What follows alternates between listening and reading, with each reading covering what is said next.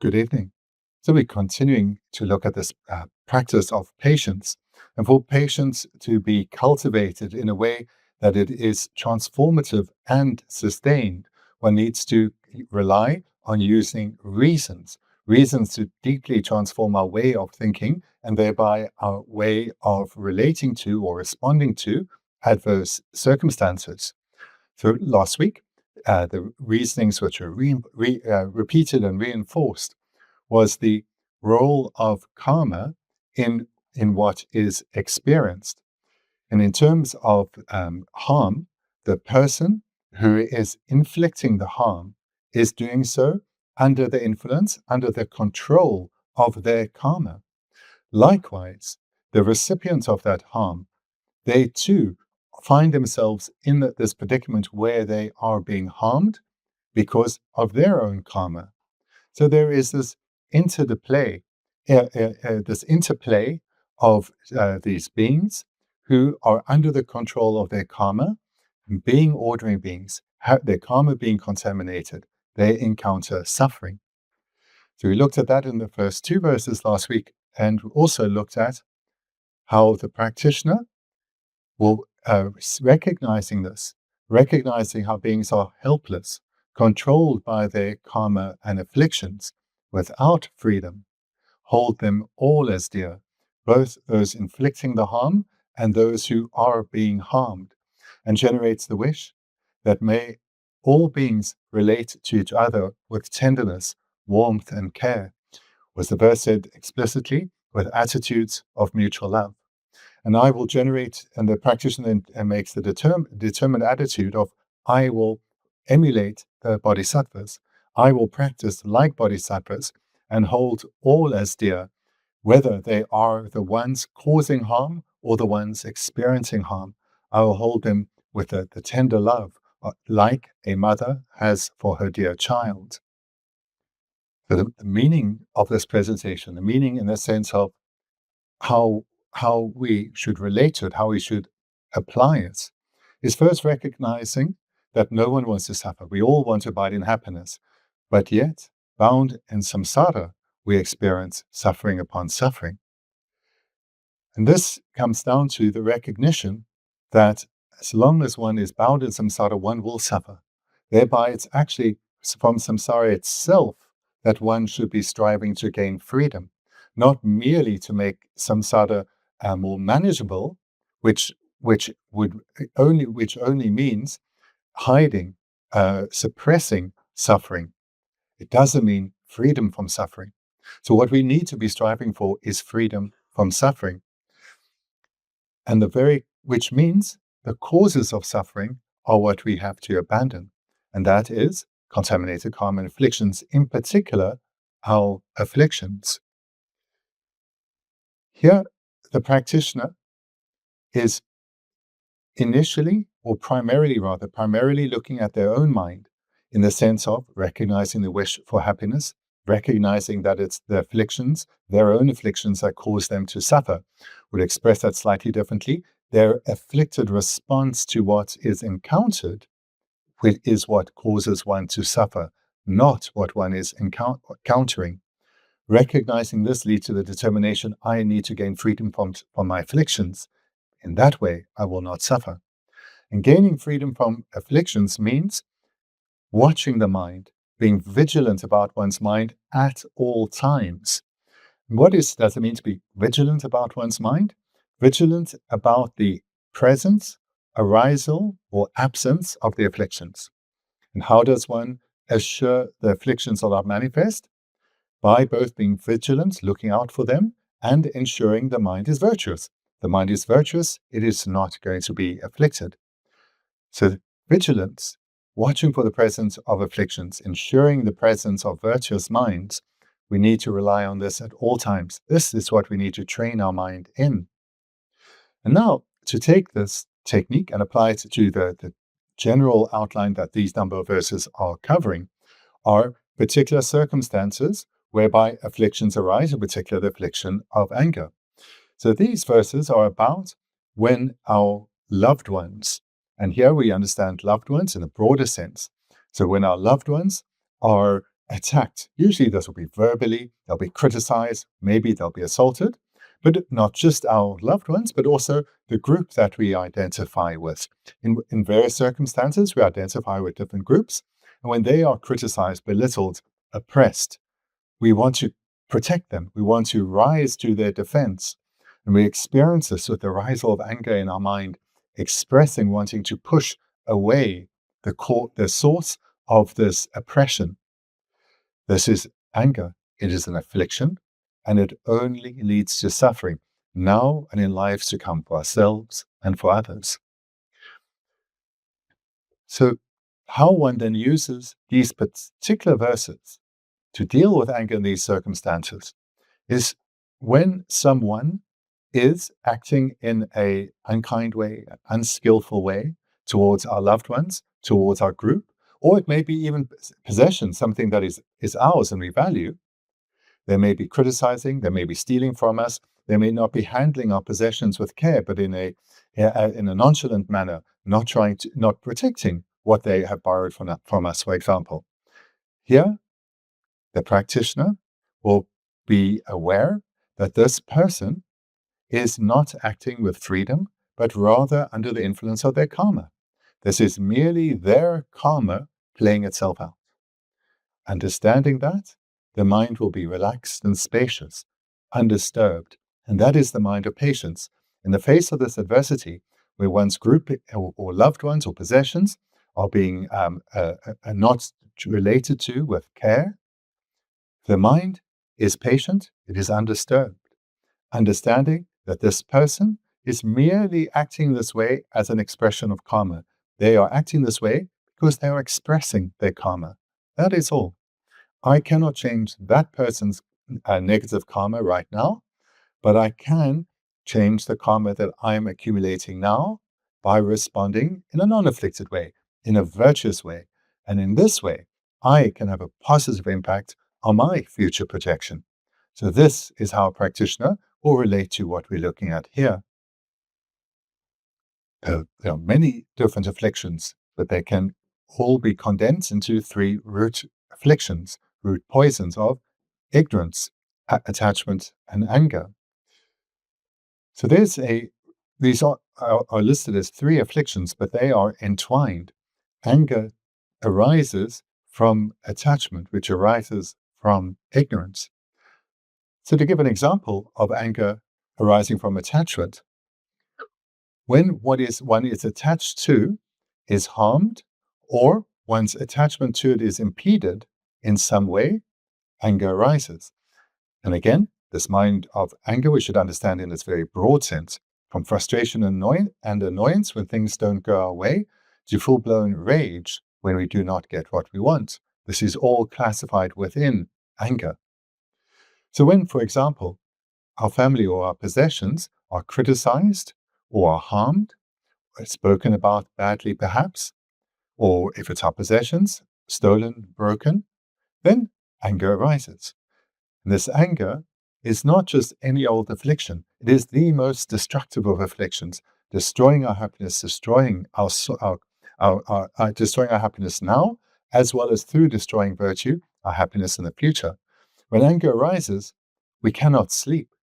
We cannot enjoy food. We cannot enjoy time with our friends or loved ones. Anger is truly destructive, hence the need to be skilled in patience. Now, we come to an illustration within the sub-outline of making efforts so that one's virtue does not deteriorate. So looking at an example verse that's presented in verse 70. For example, when the fire in a burning house has spread to a neighboring building, straw and anything flammable should logically be removed and thrown away. So the illustration is quite clear, in particular, when one sets it in your mind at the time when this was composed, so well more than about 1,500 years ago. So you can imagine the houses then probably had thatch roofs, and they certainly had wooden beams, and the walls may well have been constructed from wood too. So should such a house catch fire, the roof immediately will be engulfed in flames, being comprised of dry grass, of thatch. And that means the home is almost certain to be lost. It's not like today where you can phone the fire brigade and they'll be there soon and they'll have their powerful water hoses. Back then, there may well have been no running water nearby, let alone, and therefore very limited means to deal with fire. So the first thing to do would be, so maybe let's read the verse a bit. When the fire in a burning house is spread to a neighboring building, straw and anything flammable should logically be removed and thrown away. So the house has caught fire. Immediately, one needs to remove everything that's flammable, and not just from that building, but from neighboring buildings. Because, in particular, if there's a bit of wind, maybe even not so much, just a bit of wind, it will spread from building to building. So all the surrounding houses will need to be emptied immediately. And as best as one can, the fire needs to be contained. But it's logical, or it makes sense, that one needs to do whatever one can to move everything flammable so as to protect it from destruction. I think the illustration or the example is very clear, that even though the building may be lost, if one acts quickly, possessions can be saved, and perhaps some of the neighboring buildings or some of the village will be saved. So whilst there will be some destruction, it can hopefully be limited. Now to the 71st verse, which presents the meaning of the illustration. Likewise, when the mind is attached to something and the fires of anger start to spread, due to fear of one's merit being burned, discard it immediately. Here then presents the meaning of the verse, that when one's watching one's mind and sees the arisal of the afflictions, one needs to know these present danger. It's the afflictions that cause us pain and sorrow now and in the future. So, for example, if one's loved ones are criticized, spoken about badly, and one, by using vigilance, sees how one responds to hearing this, feels the arisal of anger, recognizing immediately that this is dangerous. Just like the thatch of a house catching fire, one knows this is dangerous. I need to act. Nice thing with the first two lines. When the mind is attached to something, the fires of anger start to spread. So, key point to gain clarity on is this relationship between attachment and anger. And it is a proportionate relationship as well. So, firstly, to recognize that anger, and you need to recognize this from your own experience. So you think about times when you got frustrated, annoyed, angry, enraged, and recognized, did this anger come from attachment being interfered with in some way? And recognize that almost certainly it did. This is the first key point. The second key point is then to see the proportionate relationship between the strength of the attachment and the strength of the resulting anger. And there you'll also recognize, the stronger my attachment, the stronger the resulting anger, should my attachment be interfered with in some way. And here, use real examples from your lived experience. Think of times when you really exploded, and you recognize, at whatever happened, it was in relation to something you were very attached to. So if you have strong attachment to a person or strong identity with a group, and they are criticized, berated, you're going to have a very different emotional reaction than if it's a group you're not at all attached to, or only slightly. Or a dear loved one, as opposed to a distant relative you hardly know. The words can be the same, the intent behind the words can be the same, but because your attachment is so different, your emotional response is greatly different too. We also relate this to possessions, where, let's say, something is broken and destroyed, so it only can be thrown away. If this was something you really cherish, in particular if it has strong sentimental value, your emotional response will be strong. Or if it's something that's you're not particularly attached to, almost certainly it can be easily replaced. It's not expensive and it's plentiful. You'll be very forgiving. You'll tell the person who broke it, no need to apologize. Doesn't matter. And it doesn't really matter because your attachment is slight. Therefore, your mind is not particularly upset. So these two key points one needs to recognize. Firstly, that anger follows from attachment. And secondly, the proportional relationship or proportionate relationship between the two. The stronger the attachment, the stronger the anger. If the attachment is slight, not much mental disturbance will follow. The third and fourth line relates back to some of what we looked at right at the beginning of the chapter, which is the great faults or the danger that anger presents. So the third and fourth line, due to fear of one's merit being burned, discard it immediately. Part of the many faults of anger is that virtue that one has made great effort to accumulate over an extensive period is greatly harmed by anger.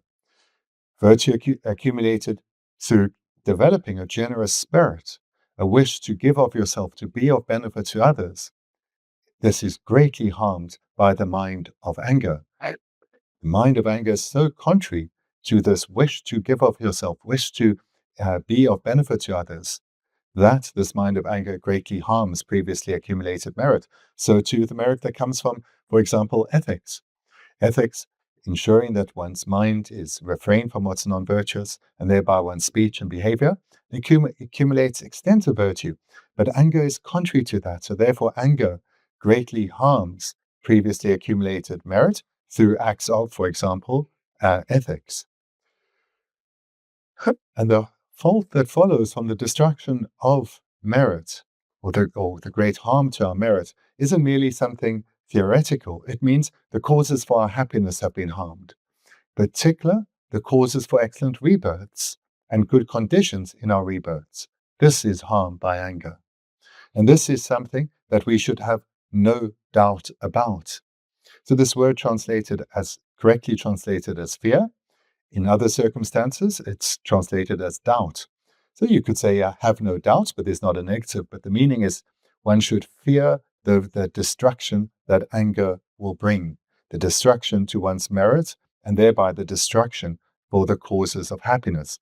Therefore, the fourth line, discard it immediately. Discard anger as soon as it's noticed. As soon as vigilance notices its arisal, don't let it influence you. Meaning then here is firstly presenting what is easier to recognize, and that's presented in the third and fourth line, that when anger arises, it serves to destroy our hard-won virtue. And therefore, and what that means is our causes for happiness in this and lives to come is greatly harmed by anger. Not only that, anger leads, not only does anger greatly harm past accumulated virtue, but it also accumulates non-virtue. So not only does anger harm our virtue and therefore harm our happiness in this and lives to come, but it leads to suffering in this and lives to come because anger is non-virtuous. So that's the meaning of the third and fourth line. And that is quite clear, easy to see. What's more difficult, but it's important to recognize too, is the first and second line. The cause of anger is our attachment. So if we want to be patient, we don't only need to deal with our anger, we need to deal with the cause of anger, and that is attachment. So we need to abandon our attachment because it's through having attachment for something, anger arises. And through having the strength of our attachment, leads to a proportionate strength of anger that will arise. The way practitioners will then take the advice here is that they will look for illustrations of where, or instances of where they have attachment, and they will address that attachment because they've understood the harm of anger and they've understood that anger arises from attachment. Therefore, they'll look for what they're attached to and apply antidotes. So depending on one's education, one can apply 3 antidotes. One is that of impermanence, recognizing that whatever one is attached to is impermanent. It is changing momentarily. Any pleasure that will come from what one is attached to, this too will change. It will never be lasting. That's first, impermanence. The second is that of emptiness, recognizing that whatever one is attached to, it has no abiding value. It cannot lead to lasting happiness. It is empty of existing by way of its own essence. It's empty of having any abiding value. And thirdly, selflessness. And the person who is attached is also empty of existing by way of their own nature or essence. To rely on the antidotes, in particular of emptiness and selflessness, this is quite advanced. So for us, hold to those antidotes as an inspiration, because these are the antidotes that skilled practitioners will utilize, and they will utilize successfully. It will have an impact on their attachment. But for us, hold to that as inspiration. Hold to those practitioners as role models to follow. But for us now, for where we are, the antidote, which is within each of our grasp, is to merely separate yourself from your object of attachment. The problem is, because you're attached to it, you do not want to separate from it, and you'll have many excuses. But recognizing that attachment is not faultless, the happiness that it leads to is completely deceptive.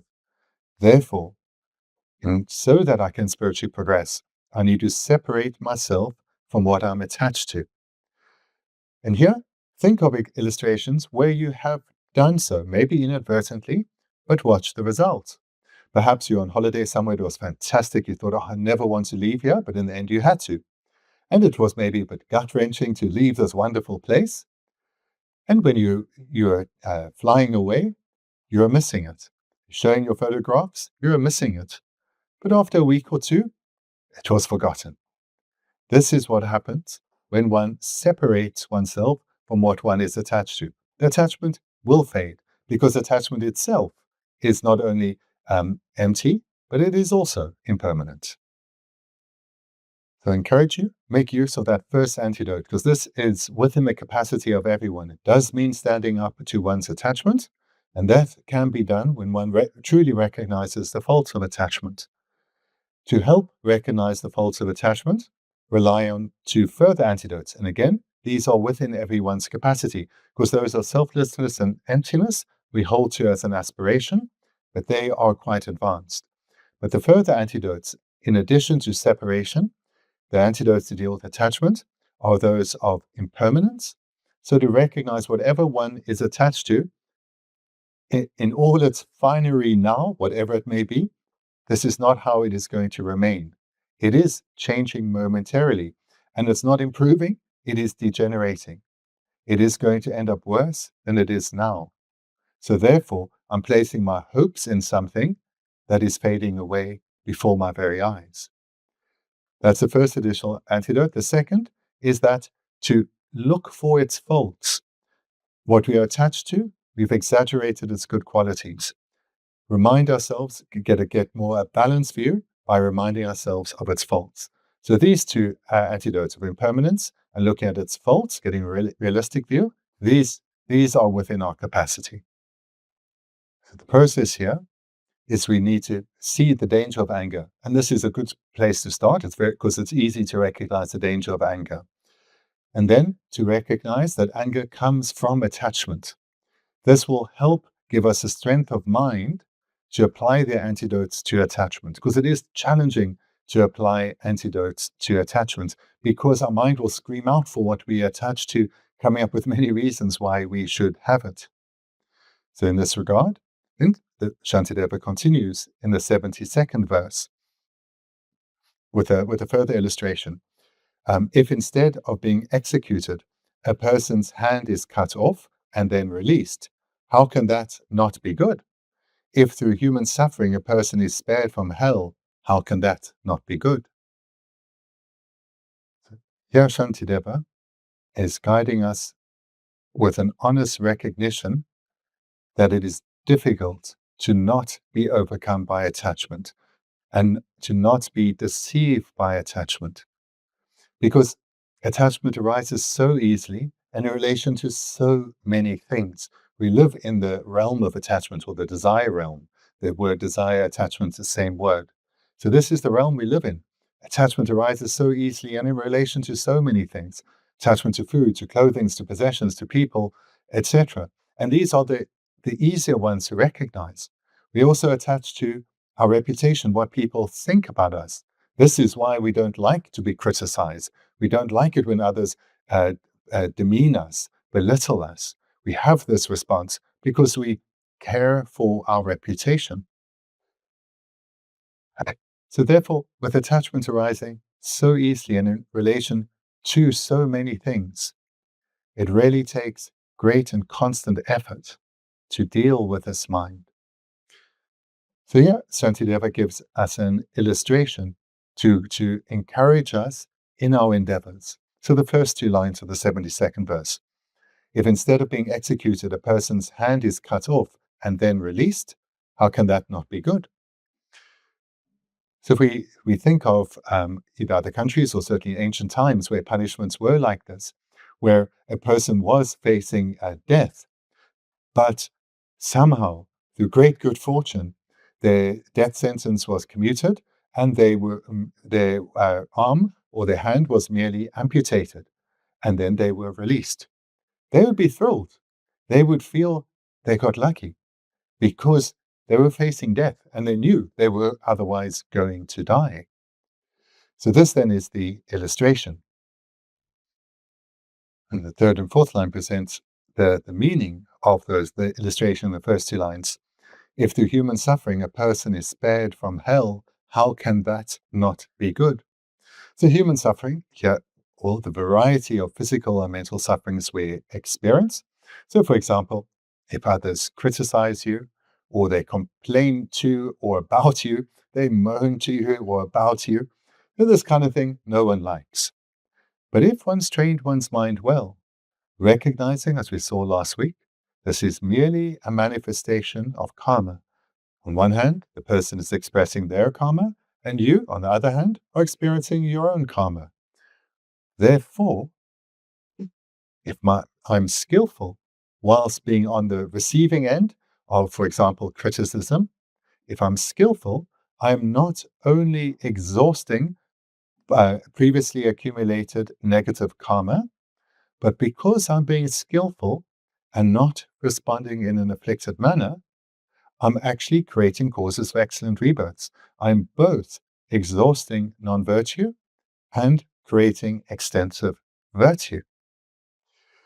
So this is how one develops a joyful, almost welcoming attitude in the face of hardships, because one recognizes that this is merely the ripening of my past karma.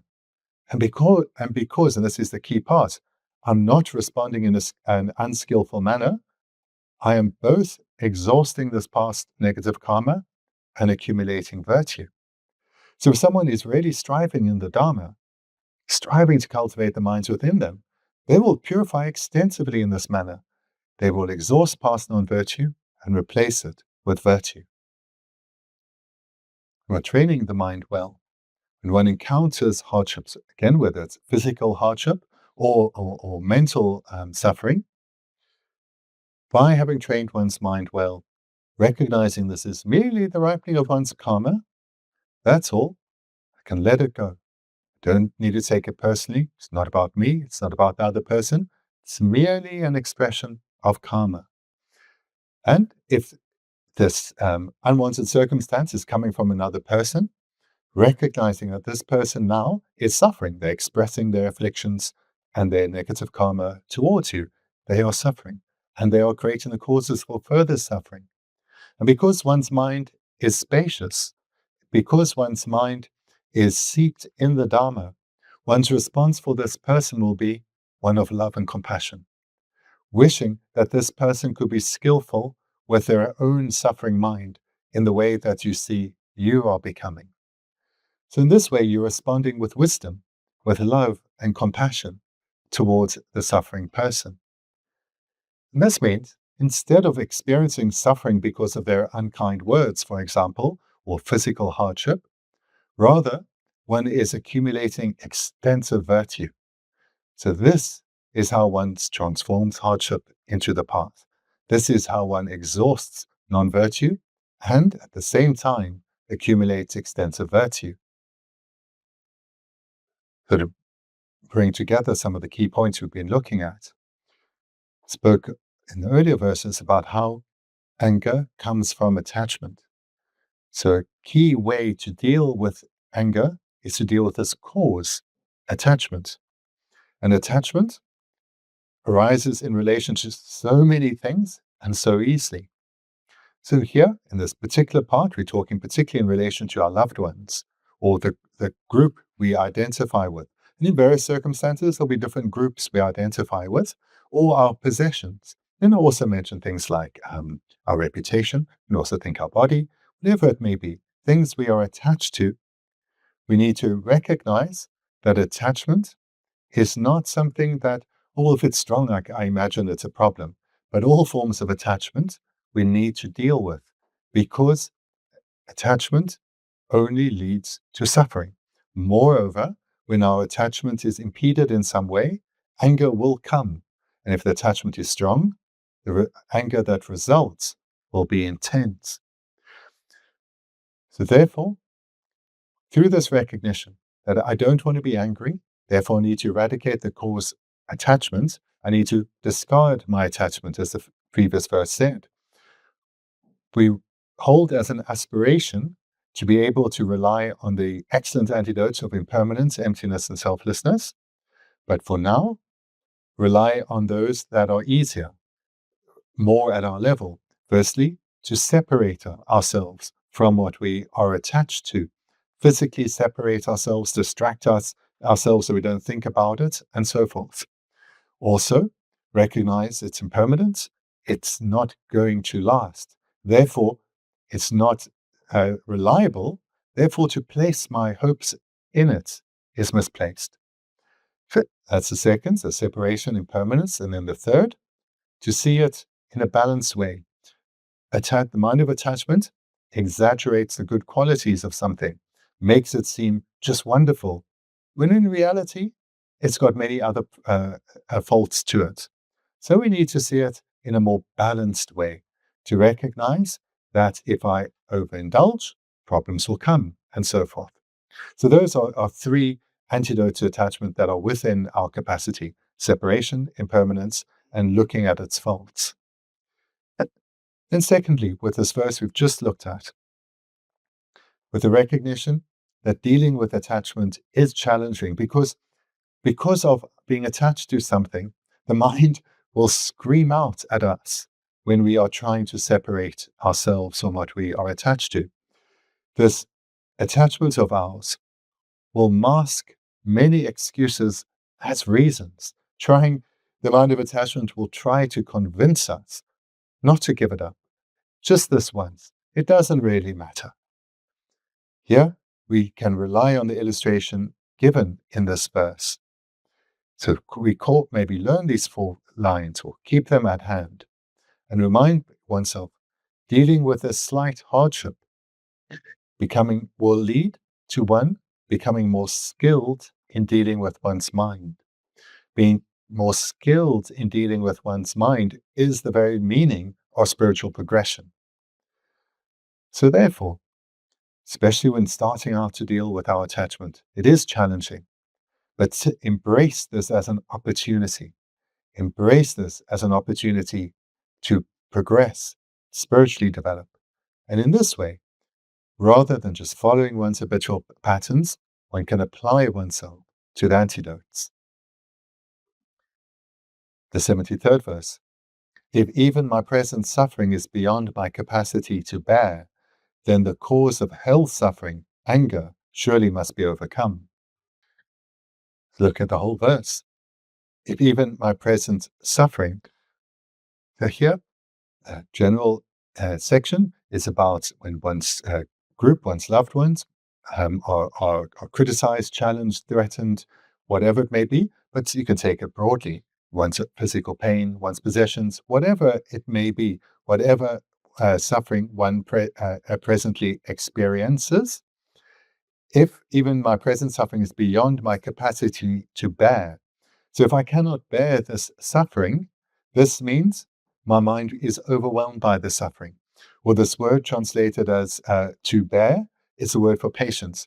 So if I cannot be patient if patience is beyond my capacity, in other words, if I cannot be skillful in the face of this adversity, if I am overwhelmed by this adversity, I will respond in the usual way by getting angry.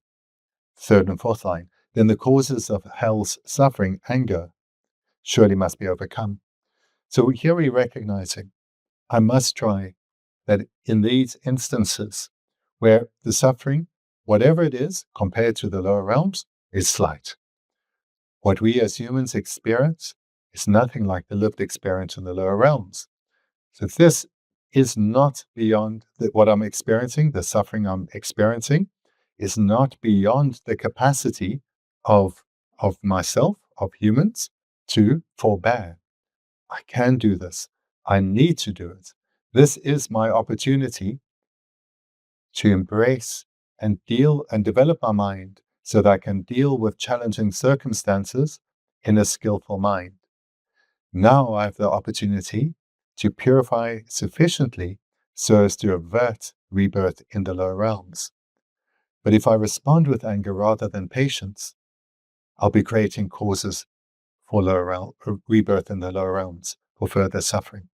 So recognizing that if I eliminate the cause, anger, the result of suffering, in particular that of the lower realms, will be averted. Now is the time. Now is the time to overcome. This instance is my opportunity. Here, attachment, we need to take time to watch what we are attached to, how easily it arises, and for such a wide variety of things. We are attached to our body. We want it to feel good. We want to feel good about it. We also are attached to our reputation, what others think of us, what they say about us. We are attached to our possessions. We are attached to our loved ones, our groups. We are attached to our hopes and wishes. And also recognize that when our attachment to any of these things is impeded, we have a negative response. So thereby, we firstly see the pervasive role attachment plays, and secondly, we see how attachment is the basis from which anger arises.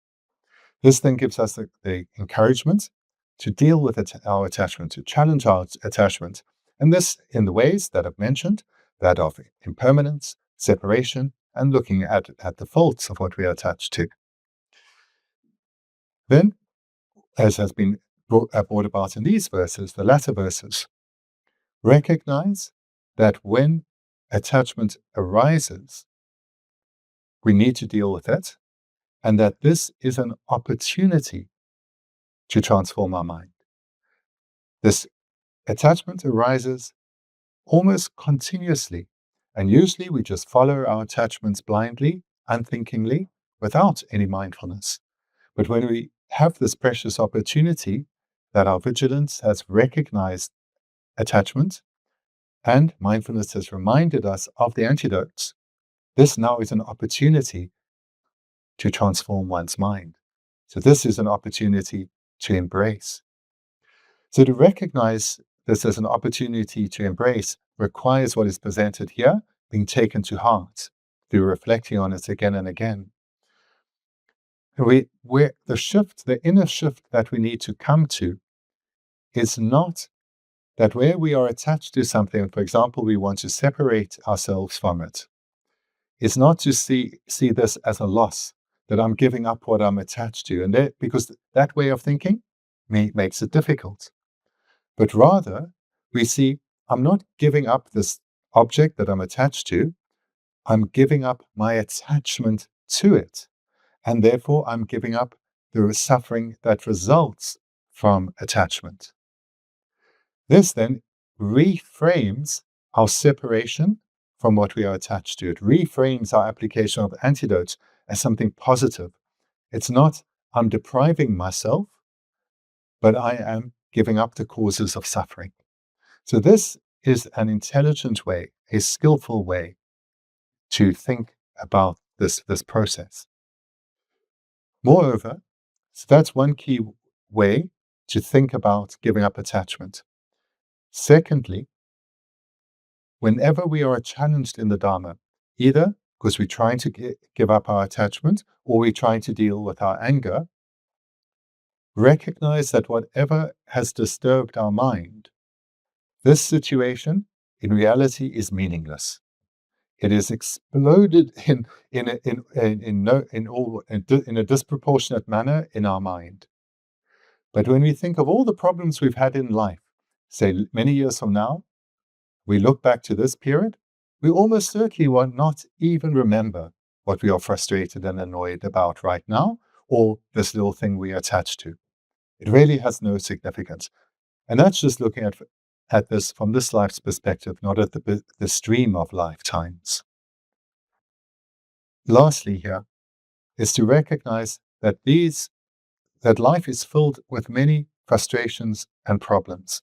But if we reframe those, we recognize that it's actually life is filled with many opportunities to transform our mind.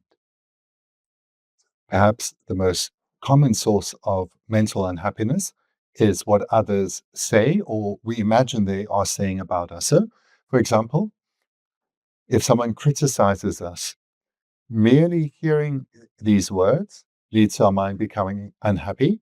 And as we saw earlier in the chapter, when the mind becomes unhappy, anger is likely to follow from that. So, for example, let's say at work, one of two things happens. One is we make a mistake. Someone, either it's their responsibility to do so or not, but they point it out. And we get upset. Because the mistake we did make has now been pointed out, we get upset. But the opposite can also happen. We haven't made a mistake at work, things have gone well, but the person, our boss or our co-workers, no one praises us when we've done well, and we get upset. So what we see in these two different circumstances, because of our various expressions of attachment, wanting to be seen, for example, in a particular way, when we are not seen in this way, our mind becomes unhappy and anger follows. So without dealing with our attachments, to become free of anger really is not going to come about.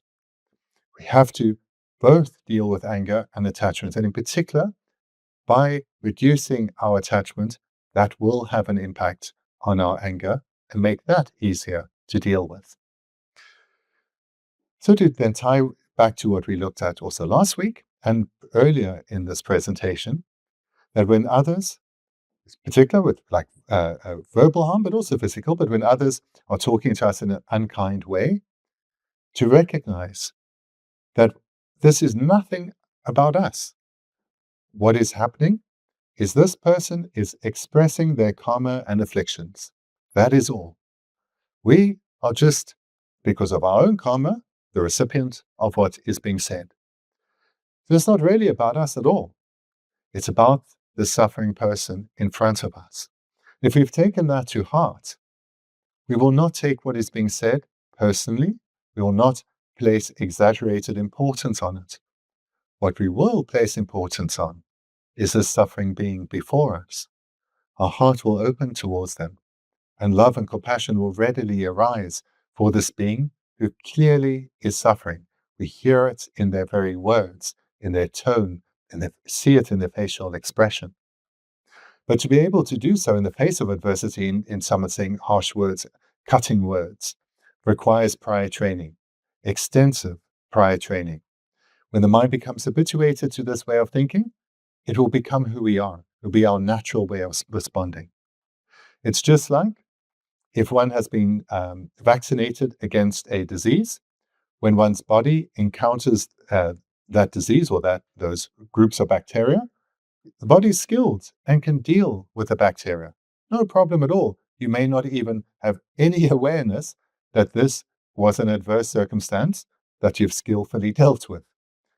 Likewise, a person who's trained their mind well will not even experience adverse circumstances as adverse. Rather, they will experience life's tribulations joyfully because they'll experience them as expressions of love and compassion. Hindi, Mandidor malam TCC that